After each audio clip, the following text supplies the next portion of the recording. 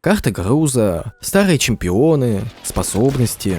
В этом ролике я расскажу, как мне удалось поиграть на картах груза, посмотреть на старых чемпионов, их способности, таланты, как получилось посмотреть на скрытых чемпионов, запустить самый первый доступный патч, посмотреть на Кэсси с луком, на старое стрельбище, заглянуть за старую карту лобби. Честно скажу, подобного контента по Паладинсу я не встречал. В интернете об этом ноль информации.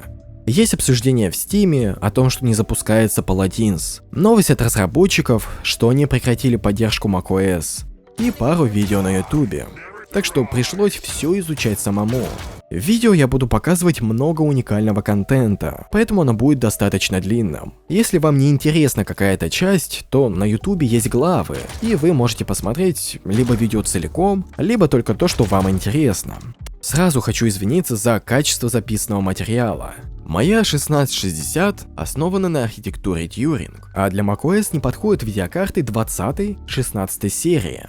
Но у меня еще была старушка 550 Ti, которая вроде бы подходит, но официально никогда не поддерживалась. Поэтому были очень большие проблемы с интерфейсом, глюки, баги, неправильное отображение программ, но некоторые приложения работали без проблем. Chrome, Discord, Paladins.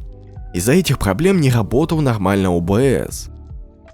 И можно было все записать только через Quick Time Player, которому плевать на видеокарту, и он все записывает без проблем, но в 20-25 кадров. Думаю, мало кто из вас сможет досмотреть видео до конца с таким FPS. Через некоторое время мне удалось раздобыть 1050. Я и установил в компьютер, и все завелось без проблем. Поэтому вы сможете насладиться роликом в 40-60 кадров. Иногда будут просадки до 30, но тут уж ничего не поделаешь. Была бы возможность, я бы все записал через карту захвата. Но покупать дешевую нет смысла, а дорогую, чтобы записать только видео про Mac, ну такое, для тех, кто не в теме. Причем тут macOS и Paladins. Через Steam можно скачать старые патчи Paladins, и большую часть из них можно запустить, поиграть. Но в этих версиях стоит ограничение до 67-го патча. Не знаю, с чем оно связано, возможно потому, что отсутствует лаунчер. Но когда я скачивал старые версии, заметил, что помимо версии для Windows, также есть версия Paladins для macOS.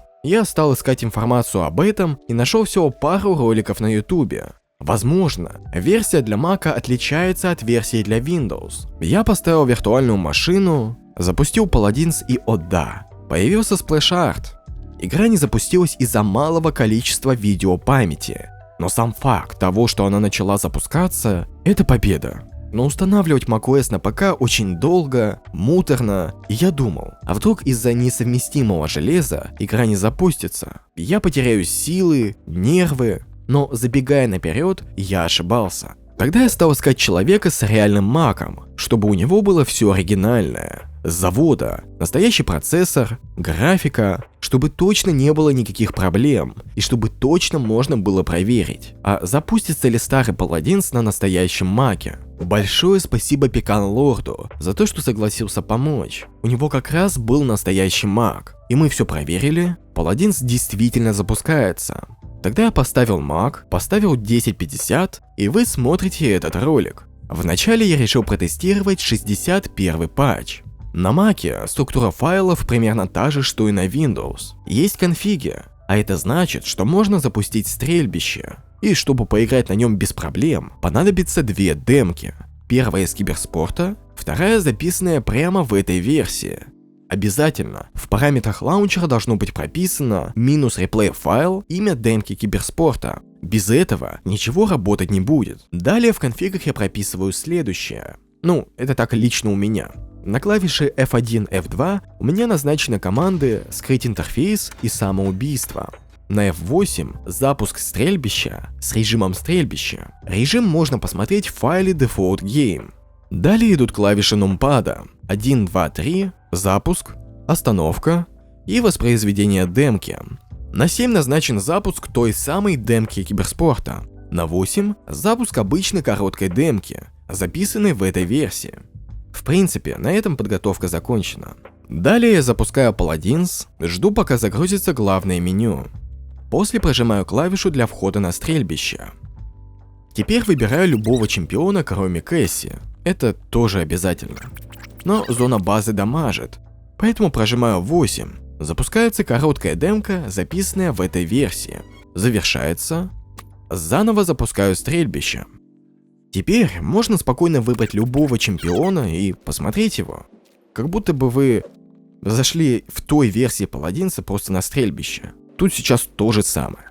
В 61-м патче отсутствует выбор таланта, но в 58-м этой проблемы нет. Так что 58-й патч больше похож на стрельбище, как будто бы вы зашли из обычной версии паладинца тогда, нежели 61-й, потому что в нем нельзя выбрать талант. Уже в 61-м патче были старые иконки.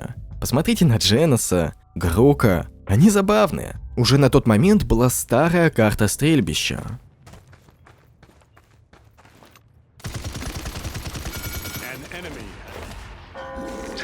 По центру карты расположена большая постройка.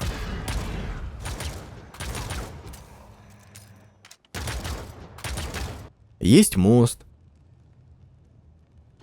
Создается впечатление, будто бы эта карта расположена рядом с картой Первобытный двор.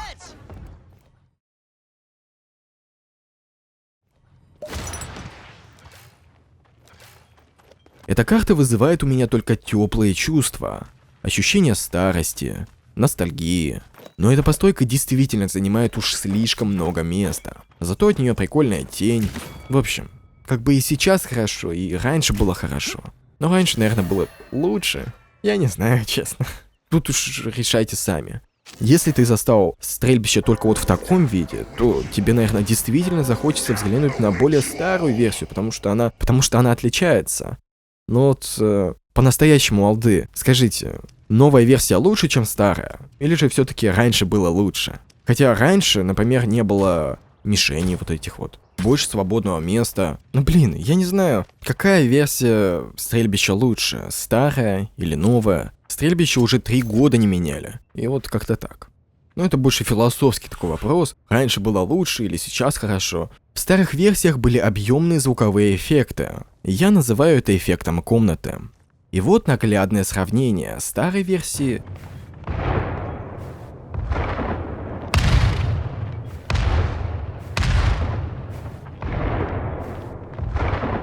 и новой.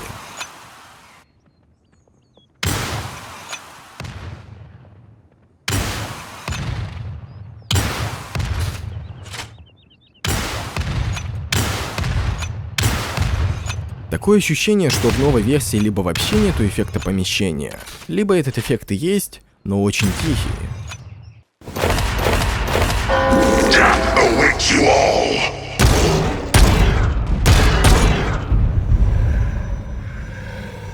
А за место Викторов стоят Скай. Спустя 2 недели я зашел в нынешний Паладинс, то есть целых 2 недели я условно был в старом Паладинсе. Я офигел от количества чемпионов. Как же их много! Разумеется, игра не стоит на месте, развивается, но тут прям такой контраст. Обзор старых чемпионов. Горок.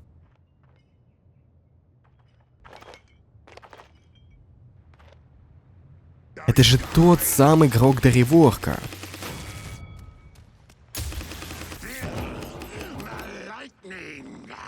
Выглядит классно, необычно.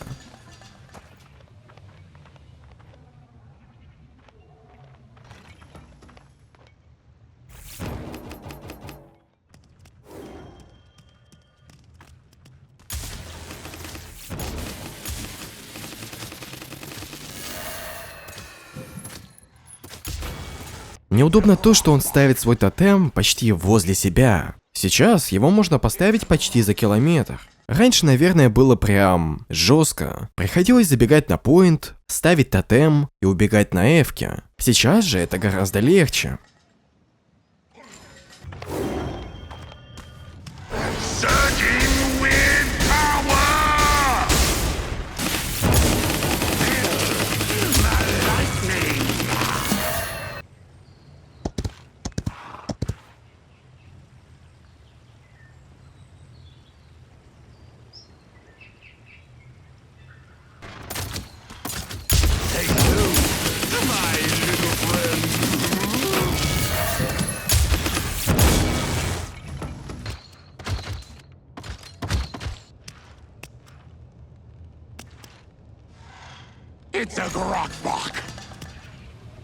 Виктор.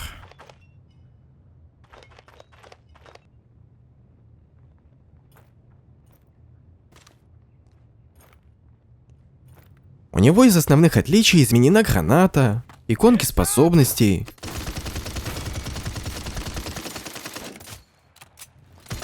Вид от третьего лица выглядит как-то по-другому.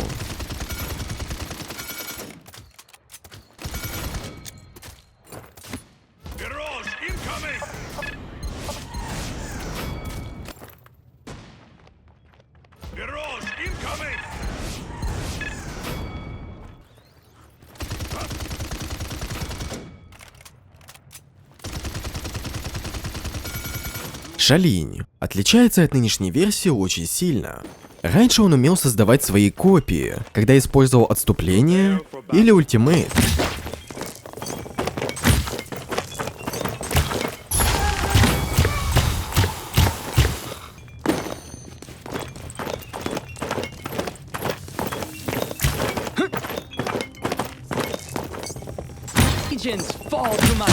Your sight fails you.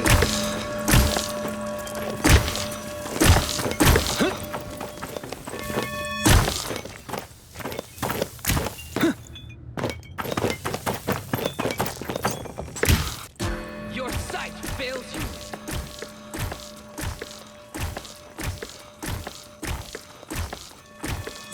Но от этого разработчики решили отказаться. Наверное, потому что это сильно путало игроков. Представьте ситуацию, когда во время матча ультуют два шалиня в твоей и вражеской команде. И как понять, где твой шалинь, а где вражеский? Наверное, все-таки это было правильным решением убрать эту способность. Your sight fails you.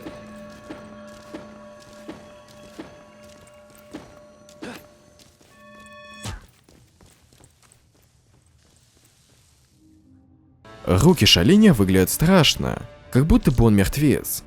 Сейчас же дела с этим обстоят куда лучше. Андроксус. В 58-м патче была его старая ПКМ. Тройной выстрел. Прямо как во всем известной игре. Но не будем об этом. Они были очень похожи, наверное, поэтому ее заменили. Да и она сама по себе была не особо эффективной. Кулачок гораздо лучше. Было бы интересно сделать из этой обилки, к примеру, талант. Или, например, как в Doom Eternal. Там же можно менять модификации. Вот и в палах, например, можно было бы сделать талант, в котором будет доступна, например, старая ПКМ. Но что-то я замечтался. В 57-м патче очень странная анимация выстрелов. По сравнению с 58-м патчем, разработчики обосрались и там, и там. В одном случае слишком сильная отдача, а во втором слишком слабая. Сейчас с этим дела обстоят более-менее хорошо. Старый барик из 57-го патча. У него старая иконка, старые турельки, звуки, старая моделька.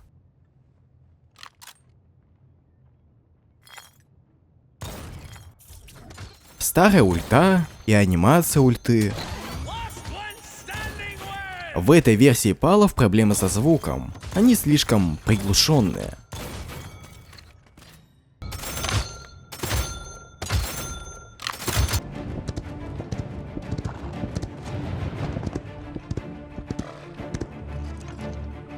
Turret deployed.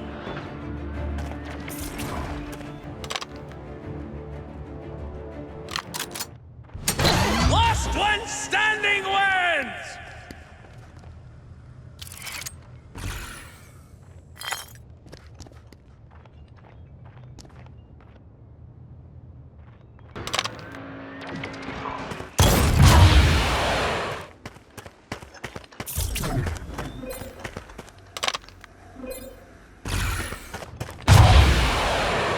They're getting frisky. Like stepping on sewer rats. Here it comes! Don't give up, friend. Never dies. Баг. В 57-м патче при ульте нету анимации, только увеличивается урон.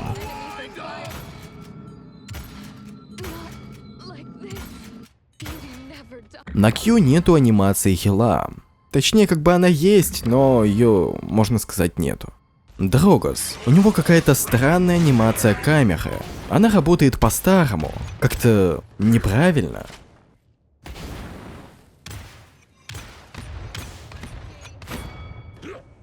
Сейчас же с этим все нормально.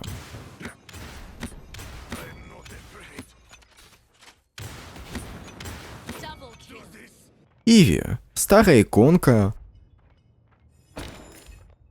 Классный эффект после выстрела. Кинесса. В принципе, она не поменялась. По дефолту раньше была веселая винтовка, и транспортер был в виде модельки, а не просто эффект. С одной стороны, это не очень, что его убрали. Стало не так реалистично. Но с другой стороны, а зачем реализм в онлайн-шутере? И получается двоякая ситуация. С одной стороны, это не очень, а с другой, разработчики поступили, наверное, правильно. Также у Кинессы нерабочие мины и сломанная ульта. Лиан умела передвигаться в ульте. Мако вроде бы отличается, а вроде бы и нет.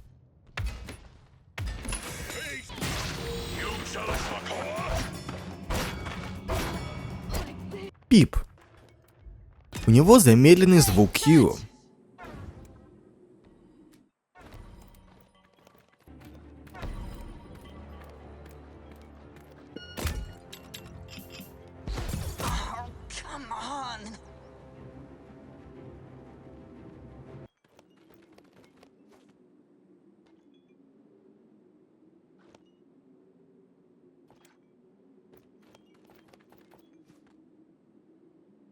Ну и куда без старой версии деда? Многие просили его заснять. На ЛКМ был луч, который направлялся на противников.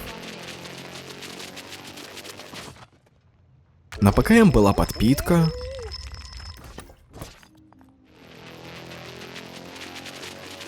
На Q защита.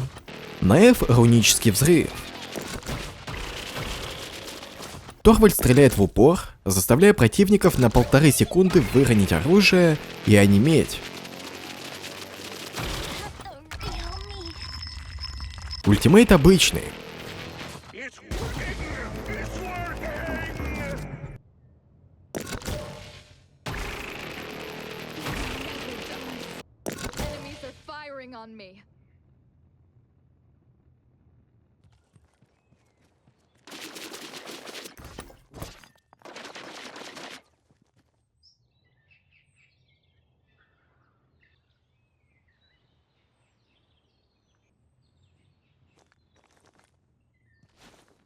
Удалось вживую побегать на картах груза. Для этого нужно запустить карту груза в режиме осады. И на этом все. Через спавн можно спокойно пройти и изучать карту. Вот дед на аванпосте. 3, 2, 1.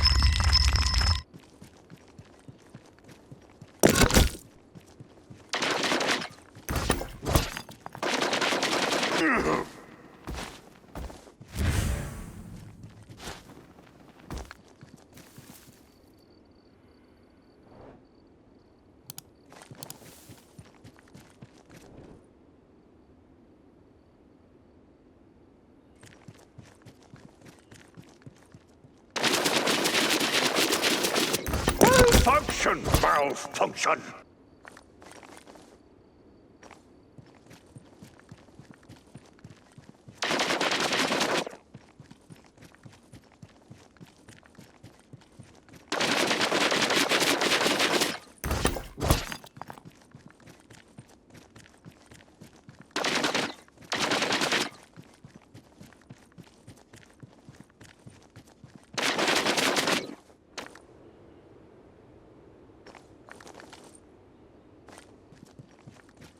I have so much left to learn.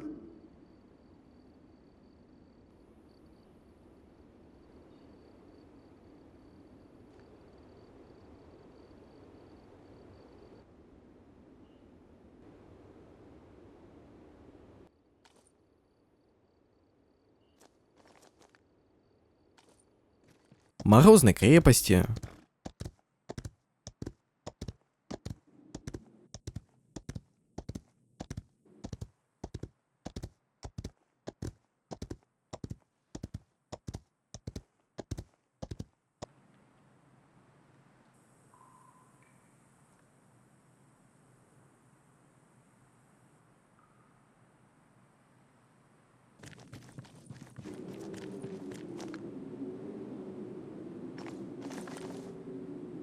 Скрытом храме.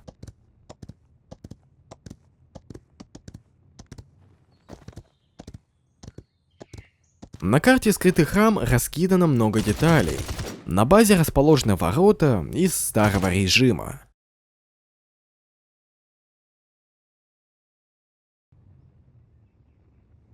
По всей базе раскидано золото, сундуки.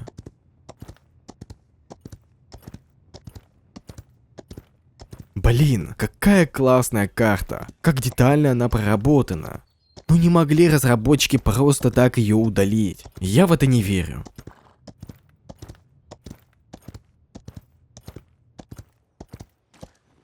А сейчас я пробегусь по основным местам. Если не интересно, то в описании есть тайм-коды. Карта немного подлагивает из-за того, что на ней много деталей.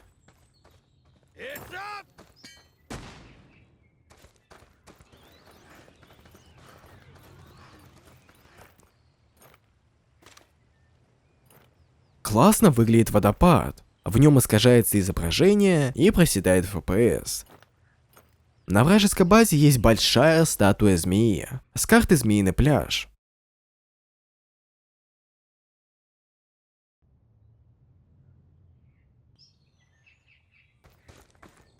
Также на карте есть объемные бабочки. Сейчас такого не встретишь.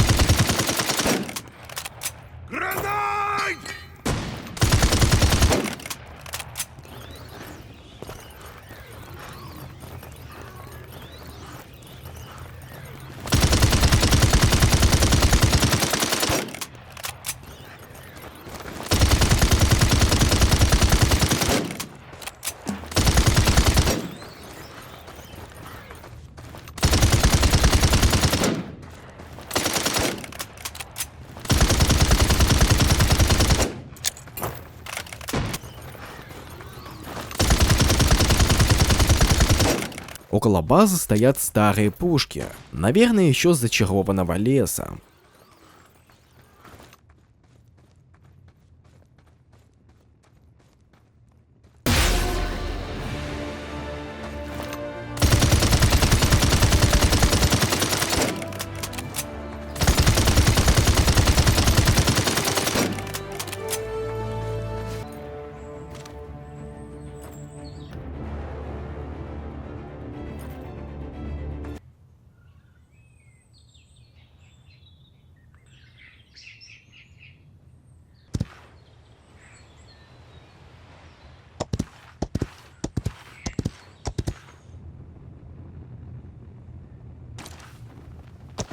Флаги и цвет крыши зданий меняется, но я не уследил, когда это произошло, то ли при смене сторон, то ли из патча в патч.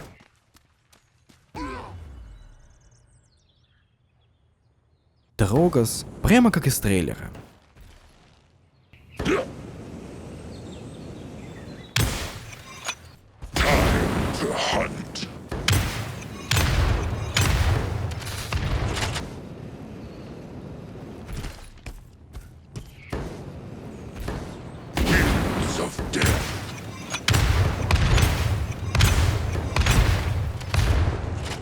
По всей карте в помещениях присутствует эффект комнаты.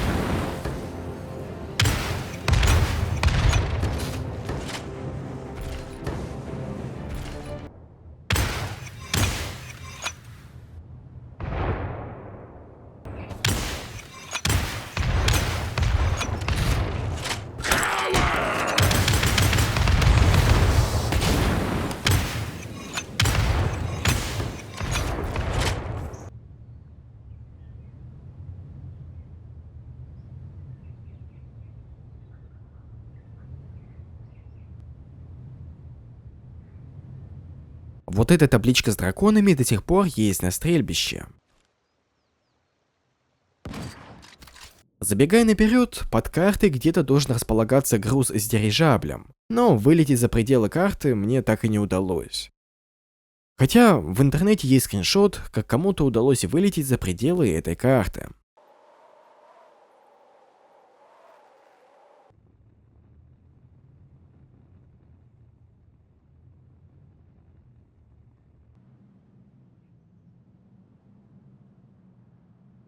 Морозная крепость. На ней также много деталей. Объемное золото. Ворота базы. 3, 2, 1. Если поменять настройки графики на высокие, то золото будет плоским. Также есть шкуры, которые до сих пор есть на ледяных шахтах. Стандартные модельки с кристаллами, которые теперь на ледяной часовне и ледяных шахтах.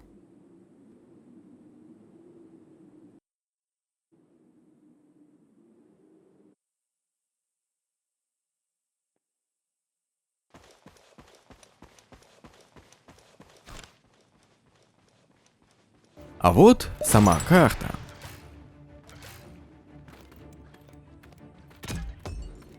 Мое почтение, как же она хорошо выглядит.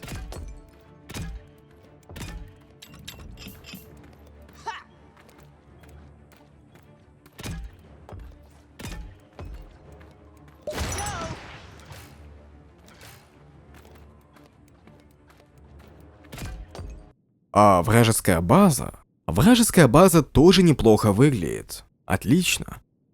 Тут есть два водопада. А тут статуи с ледяной часовни.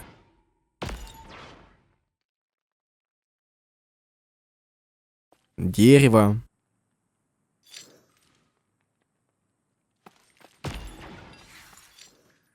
Get me.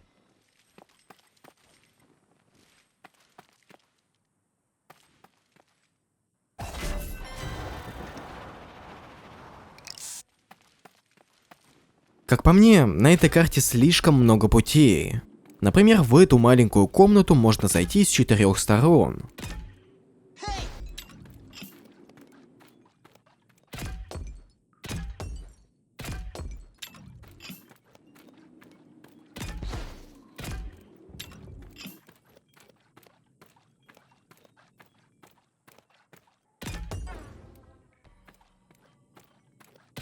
Конечно, хорошо, что есть вариативность, но зачем? Меня поразило, что на старых маунтах можно ездить спиной.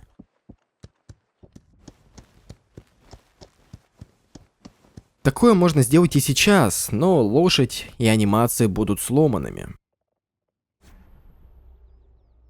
Мне понравилась задумка этого двухэтажного здания. Через него можно проехать снизу. А попасть на второй этаж можно только с помощью чемпионов, которые умеют летать.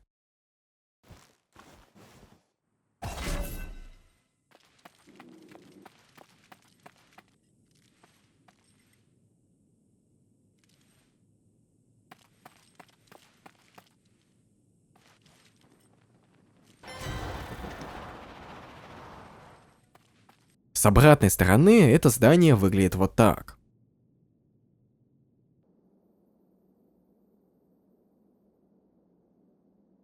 На первый спавн получилось посмотреть только со стороны. А на втором можно полетать. Но там везде расставлены невидимые стены.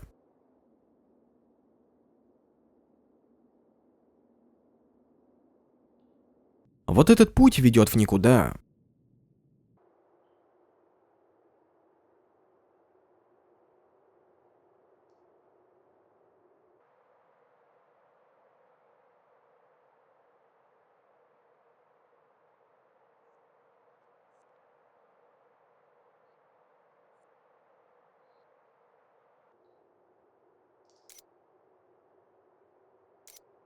Отсюда раньше прилетал дирижабль и забирал груз.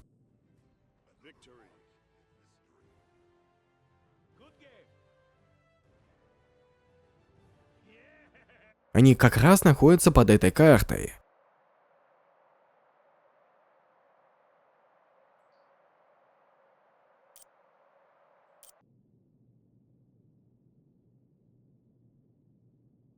А вот так на этой карте выглядит Андроксус.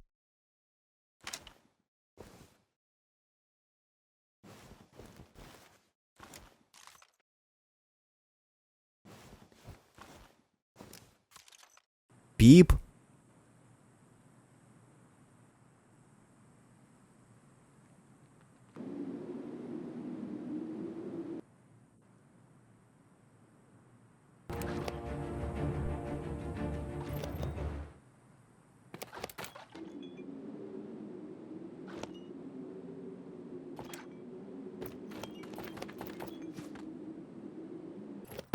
No, no!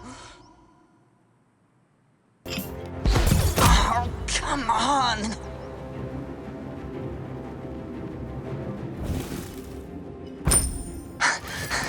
Need to find cover.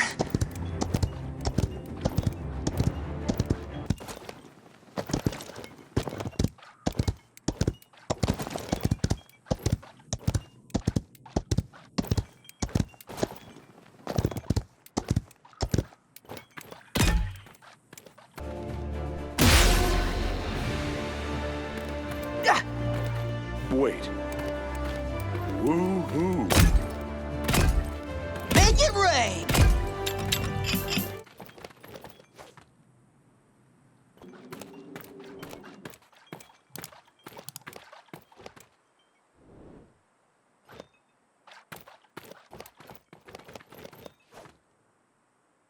Иви.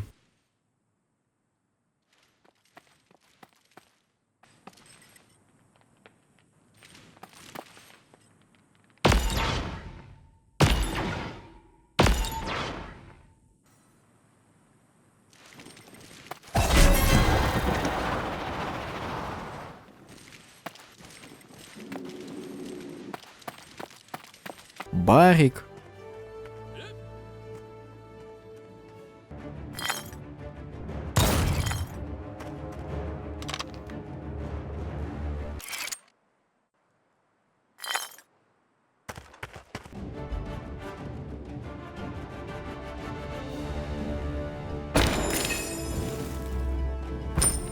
Two, one.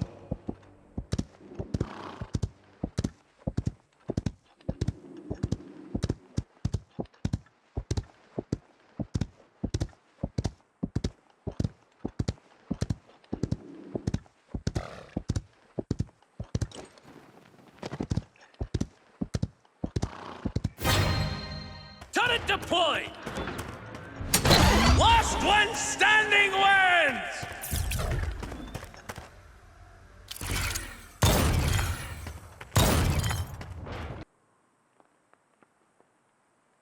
Аванпост. Спавн снова выполнен интересно. Раскиданы ящики, бочки.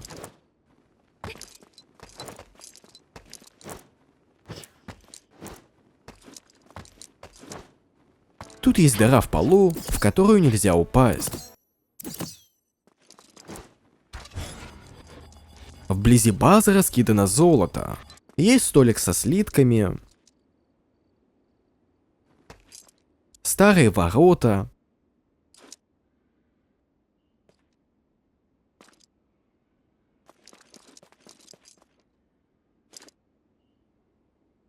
Везде есть деревья. Кусты. Большие кусты.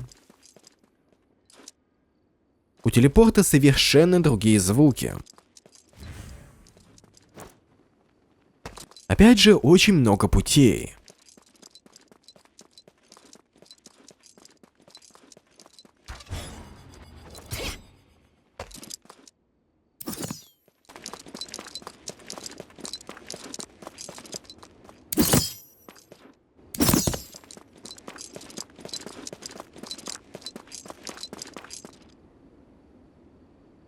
Enemies have returned to base.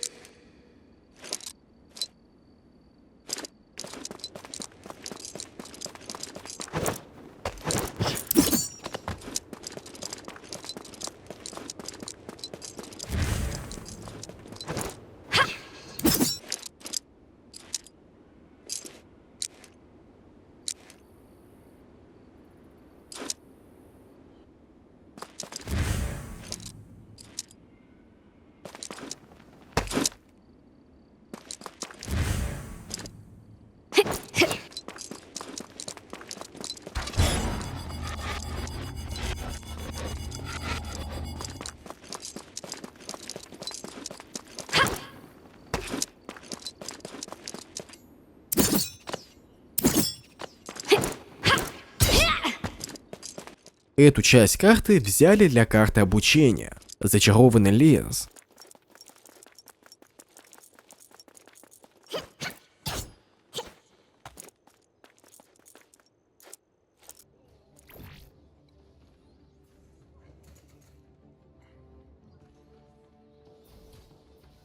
Time's ticking. А это часть лесопилки.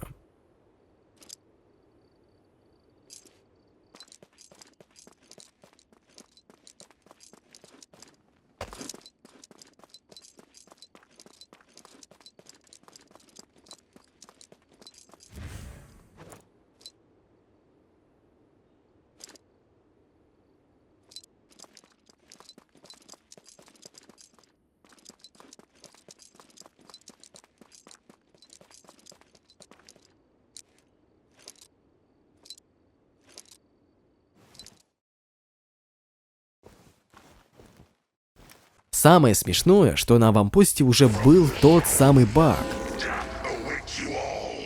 А после его просто скопировали на лесопилку.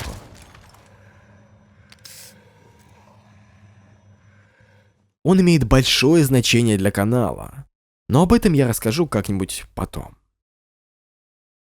Отсюда видно первую базу.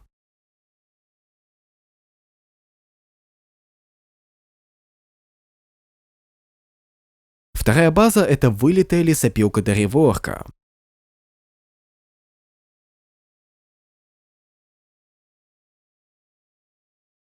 Только в этом месте есть дверь, а также очень много стеллажей и немного другое освещение. Кажется, я стал понимать, почему раньше вокруг лесопилки не было текстур, потому что ее просто скопировали с аванпоста.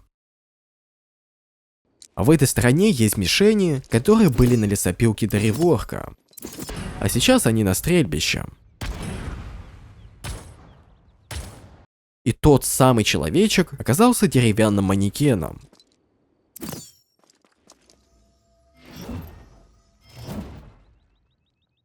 Кстати, вот эта часть карты раньше была просто скопирована на лесопилку. Только потом разработчики доделали берег и воду. Опять же объемные бабочки. Флаги также меняют свои цвета. Если захватить поинт, то должна появиться тележка из режима осады, потому что изначально мы карту запустили в режиме осады. Но так как это карта груза, появляется тележка груза.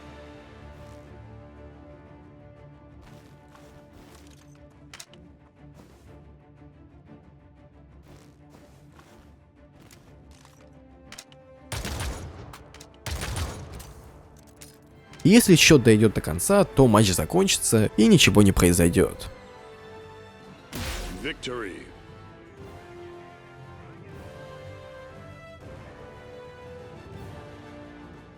На некоторые ящики можно забраться без проблем, а на некоторые только с помощью маунтов.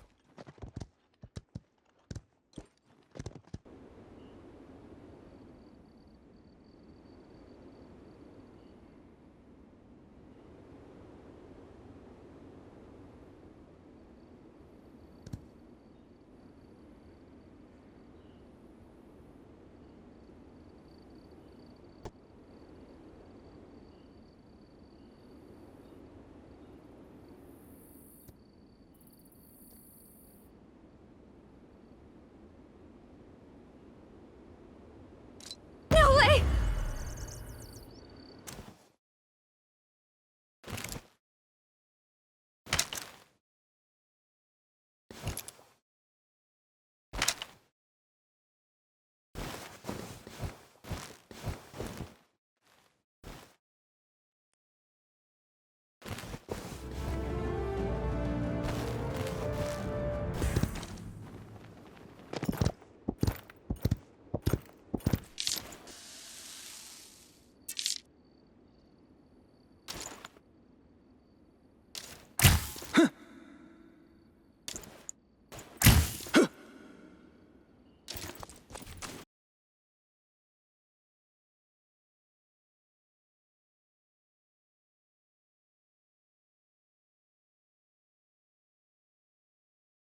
Скрытые чемпионы. Наверное, все из вас хотя бы раз видели видео датамайна какого-нибудь будущего чемпиона. Так вот, тут примерно то же самое. Почему-то активировались чемпионы, которые не должны быть в списке выбора.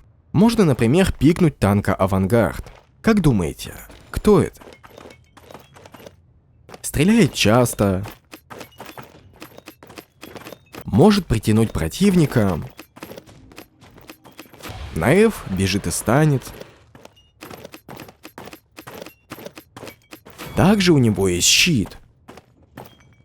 Это же одна из первых версий Хана. Раньше же он разрабатывался, наверное, как чемпион, который может притягивать противников, станить их.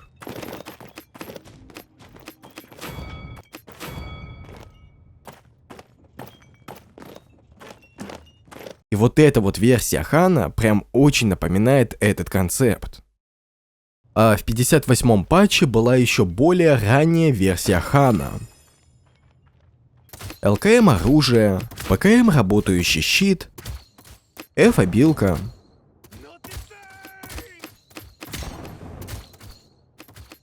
Ультимейт стандартный Эш. О боже, это Эш с эмоцией Лекса.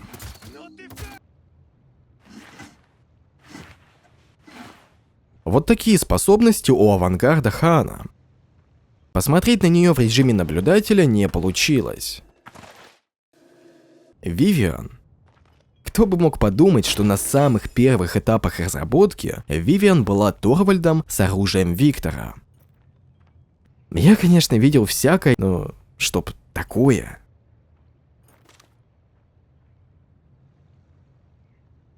ЛКМ оружие,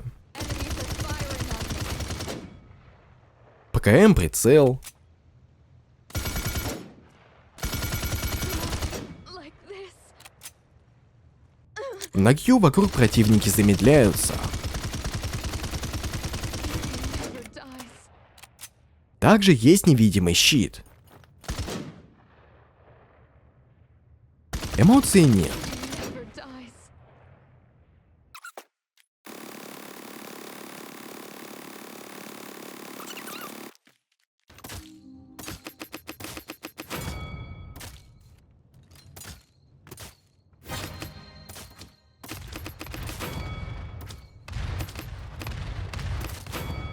Талус.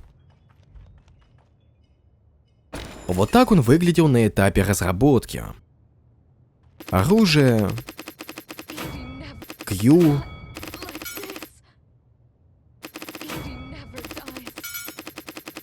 удар, довольно широкий, телепорт. Ульта топовая, без эффектов она выглядит офигенно. They're getting frisky. Not like this. Evie never dies.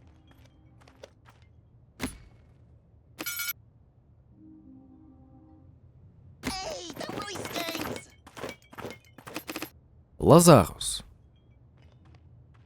Лазарус — это терминус, выполнен необычно. ЛКМ, бесконечная ПКМ, F,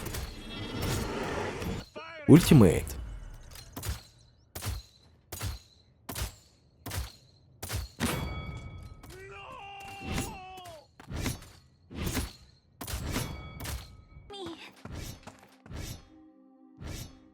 Not like this.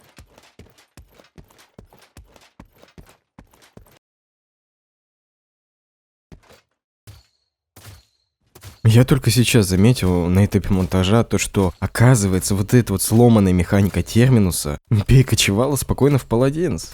Они ее даже тогда не пофиксили.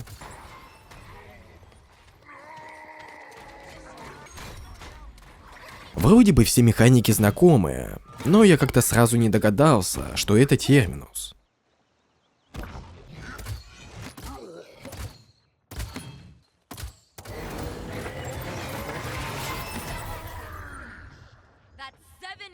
В этом патче был баг с ультимейтом Пипа. Let's make this interesting. О да, это же тот самый Федя.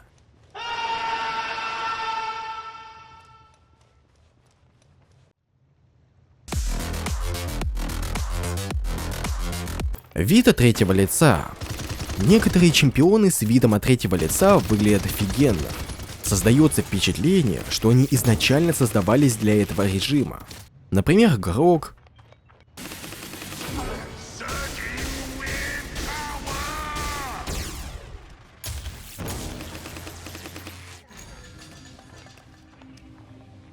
Виктор.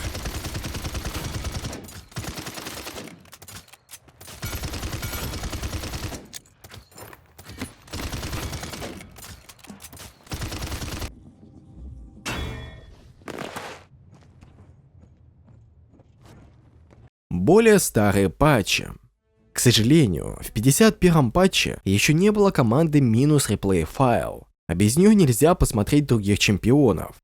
На стрельбище по дефолту выбирается Кэсси, дамажит зона. Нельзя выбрать других чемпионов. И все это из-за того, что на тот момент не было команды -replay файл, точнее параметра запуска. На стрельбище другое освещение, другие тени. Грустно. Я дошел всего до середины 2017 года, а версии уже не работают. В планах было записать старого Шалиня,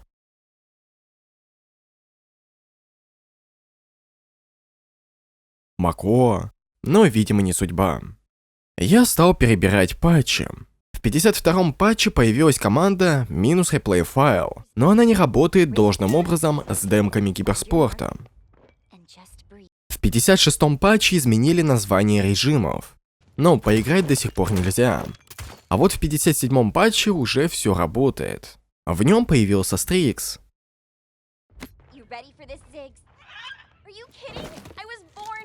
У него, оказывается, изначально был автоматический пистолет.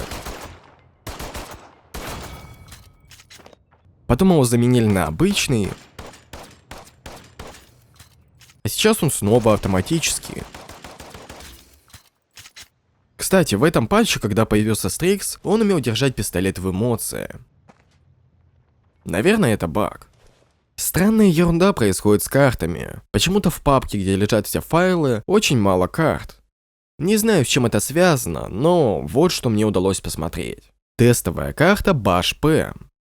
Чем-то она напоминает смесь карты «Водопад Ягуара» и карты «Расколотая пустыня». Наверное, из-за водопада, деревьев. Карта неплохая.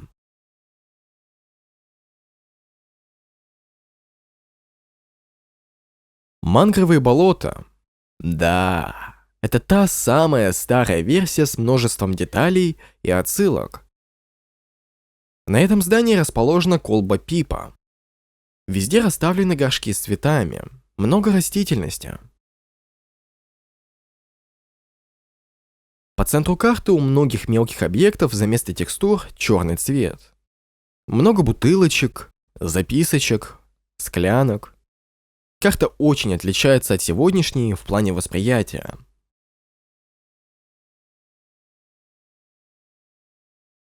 Лесопилка, ледяные шахты, снежный перекресток практически не отличаются. Каменная крепость. Отличаются флаги. Раньше они были другими. Меньше деталей. Нету назойливых постеров. Мне больше нравится эта карта, нежели из 67-го патча. С запуском старых патчей все немного сложнее. Давайте запустим самый первый доступный патч. С режимом наблюдателя тут все туго. Он не может вылететь за пределы спавна.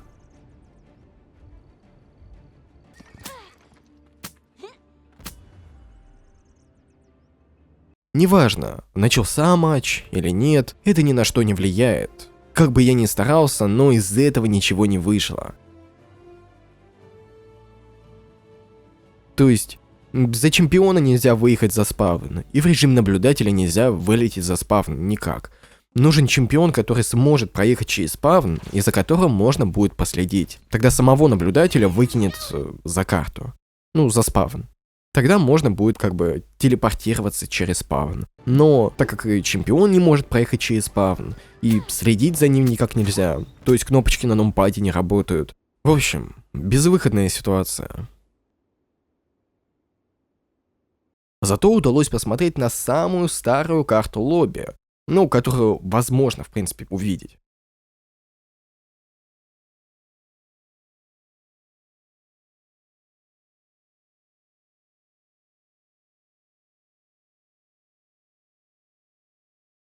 Тут есть водопад.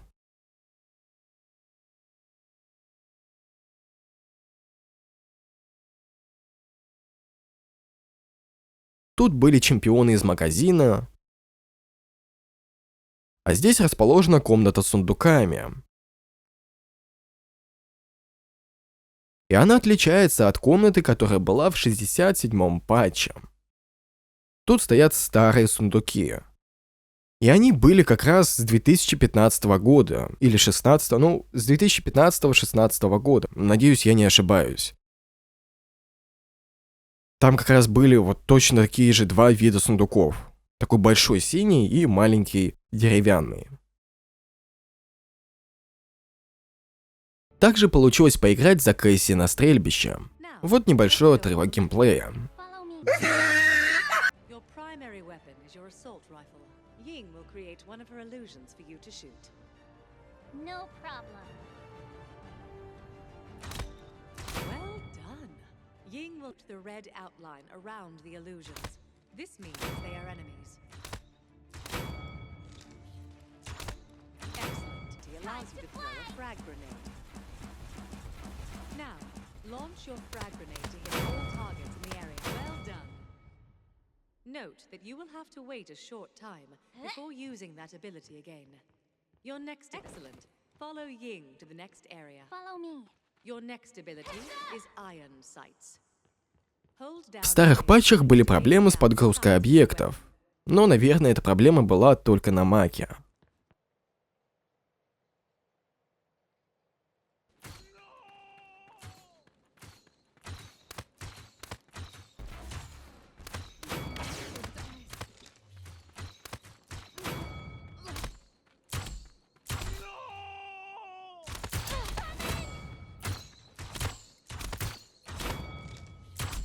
Not yet. Wait for it. Target locked. Target locked.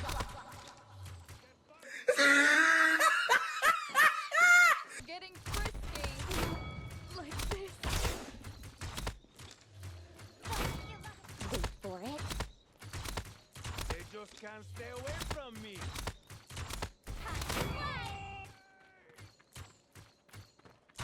Not yet.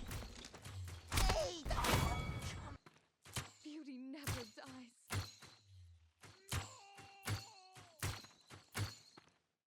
Not.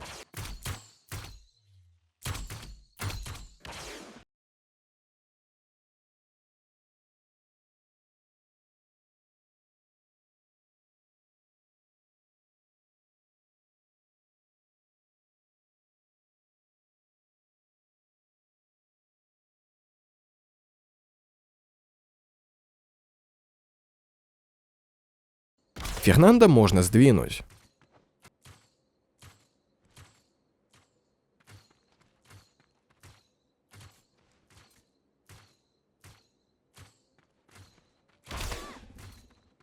Из карт самое интересное, что удалось увидеть, это Морозная крепость. Если вы смотрели видео о Старом Паладинсе, наверное, вы ее помните. Это была третья карта в зимней локации. Первая — это ледяные шахты, дальше ледяная часовня, и над ледяной часовней была карта ледяные шахты. И, кстати, эти карты раньше были все связаны, комнаты с телепортами. Так вот, сейчас я попробую понятным языком объяснить, что тут происходит. Раньше была карта Морозная крепость. Большая, огромная. И она вмещала в себя все ледяные карты. Но потом разработчики решили разделить эти карты и сделать так, чтобы на каждой карте можно было увидеть соседние. Например, с ледяных шахт видно ледяную часовню. И в режиме наблюдателя можно вылететь за пределы этой карты и увидеть уменьшенные копии. И сейчас я заспавнился на карте ледяные шахты, которая находится над ледяной часовней. Но это не обычная карта, а уменьшенная копия. Мне удалось выйти со спавна через какую-то невидимую щель.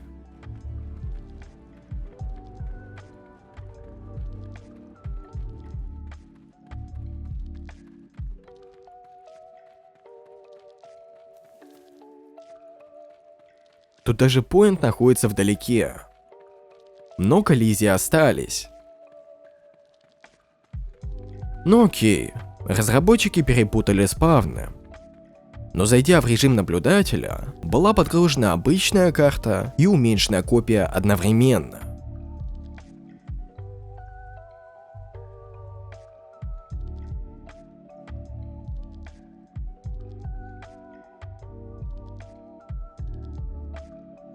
То есть, наверное, эту карту использовали разработчики, чтобы создать уменьшенные копии карт.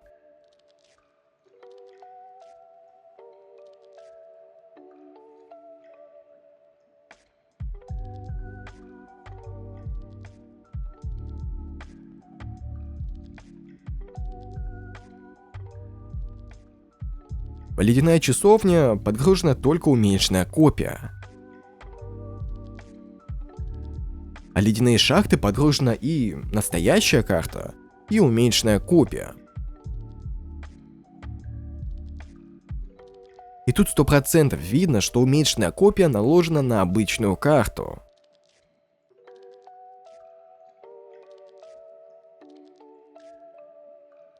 Блин, я уже перестаю чему-либо удивляться. Так необычно.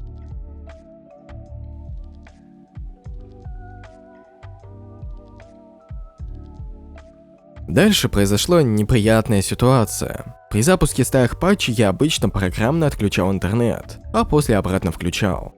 Но это как в винде зашел, выключил интернет, включил, то есть физически, чтобы не отключать кабель. Но в один момент интернет просто не включился. Я решил физически отключить интернет, но из-за этого почему-то слетели драйвера на видеокарту. Ну то есть монитор просто показывает, что перешел в энергосберегающий режим. Такое происходит, когда видеокарта не подходит или драйвера слетают. Я попробовал перезагрузить компьютер несколько раз, но изображение так и не появилось. Тогда я зашел с винды, скопировал все, что заснял, и на этом решил закончить. Учитывайте тот момент, что я почти 2 недели сидел за маком. Нормально не мог ни поработать, ни поиграть. Очень сильно устал, и желания сидеть как минимум еще день, чтобы просто все починить, у меня не было. Плюс нужно было возвращать человеку видеокарту. Мне кажется, что ролик и так получился достаточно длинным. Удалось много чего посмотреть. Год назад я даже подумать не мог, что удастся запустить старые карты груза, побегать на них, поиграть, даже захватить поинт, посмотреть на старых чемпионов, обилки.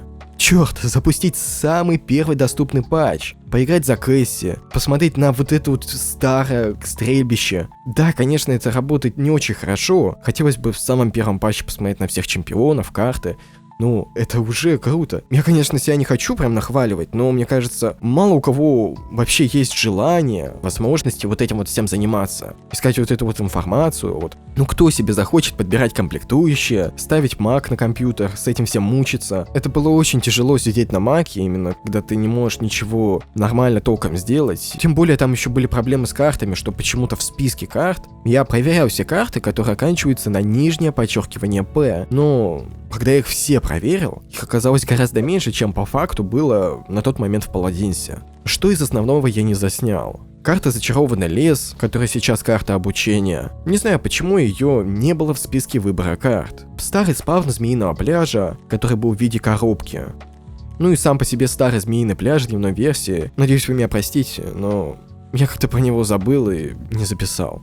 Также я не записал старую лесопилку, которая еще была похожа на аванпост. Ну, блин. Там, во-первых, нельзя вылететь со спавна в режиме наблюдателя, а во-вторых, вот так вот.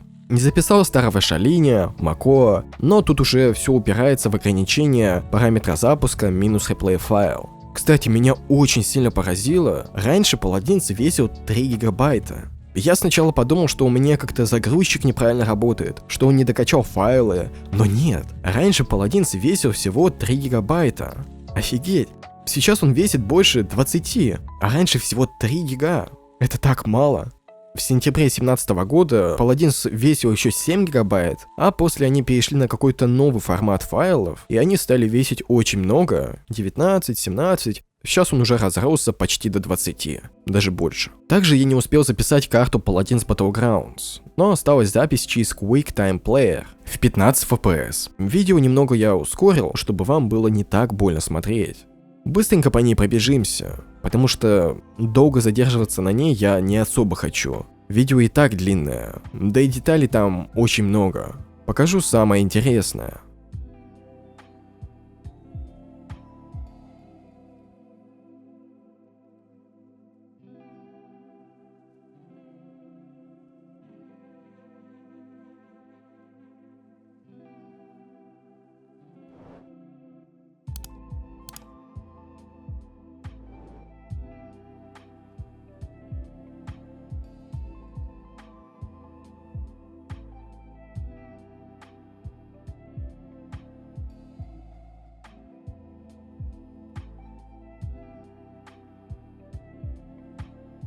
Не знаю, наверное, этим багом болеют все игры от Hi-Rez Studios.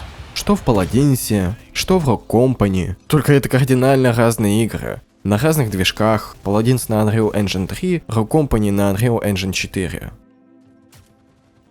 Ну, в принципе, вот такой вот старый Paladins. Жалко то, что не все удалось посмотреть, но тут уж ничего не поделаешь. Конечно, есть способ, как можно с помощью специальной программы заменить Кэсси на любого другого чемпиона. Но это долго, муторно, сложно и... В общем, оно не стоит того. Подводя итоги, стоит ли покупать MacBook для старого Paladins? Да вы чё, с ума сошли? Если ты действительно фанат, если тебя прям прет от старого Паладинса, то, наверное, да. Если ты даже чуть-чуть сомневаешься, то лучше не надо. БУ Маки до 20 тысяч рублей в основном шлак на встроенной графике. Более-менее сносные модели начинаются от 25 тысяч рублей. А теперь задай себе вопрос. Готов ли ты потратить больше 20 тысяч рублей на старый Paladins?